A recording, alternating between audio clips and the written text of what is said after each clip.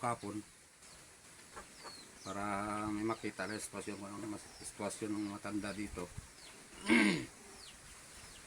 Yun, marami bigas, tira, panggatas niya. Nakakita ng video niya, yun. Sabi ko, balik ako doon. Sabi ko,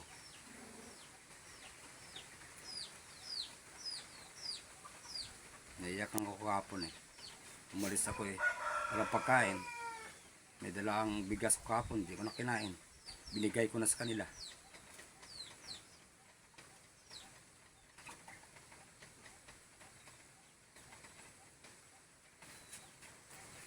Tubig. Inom si ante. Sige guys, maraming salamat. Sana makita niyo to, ang video ko. Baka mayroon man tumulong dyan. Abot nyo lang sa akin. Kahit na Kunti-kunti lang. kunti-kunti lang. Uwi na rin ako Maynila sa Merkulis. Andyan naman yung number ko sa cellphone. Galing rin ako Maynila. Ito lang pinuntahan ko.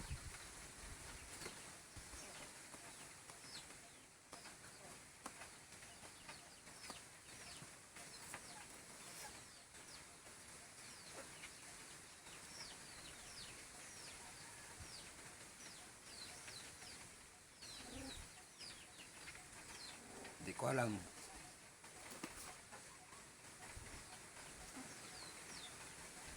Pagbalik ko dito,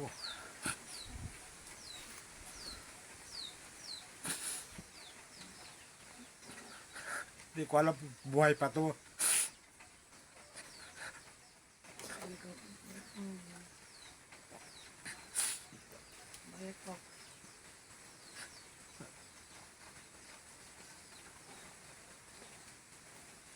Malayo ako. Kung may nakakita ng video na to, kung man nagtulong sa atin, babalik ako dito.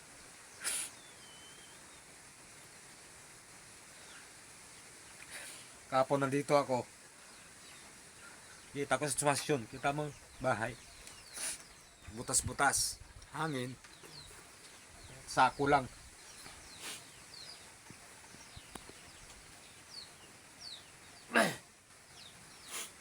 Sabi ko babalik ako. Marami nag-donate. Kahit ako walang maitulong. Tutulong na ako. Sa pamagitan ng video na to.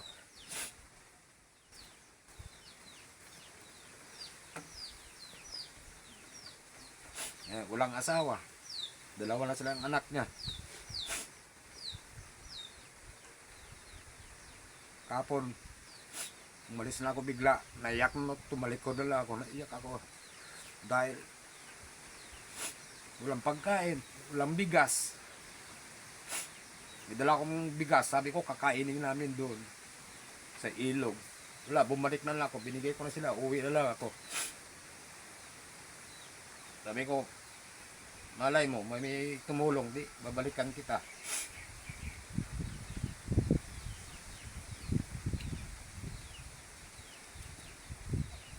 Sunod marami ito tumulong di. Babalik ka kagad ako. OFW natin yan. Baka pwede natin tulungan to. Ano to, Lydia pangalan niya Lydia Mangga. Yung mga anak naman mahirap lang din ang mga anak. Kanya-kanya ng buhay. Ito sa bundok. Lalakarin mo to. Nilakad ko nga kahapon to 2 kilometro. Nilakad ko to. Para marating ko lang dito.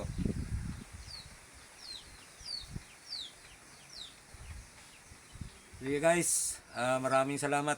Sana mapanood nyo itong video na to.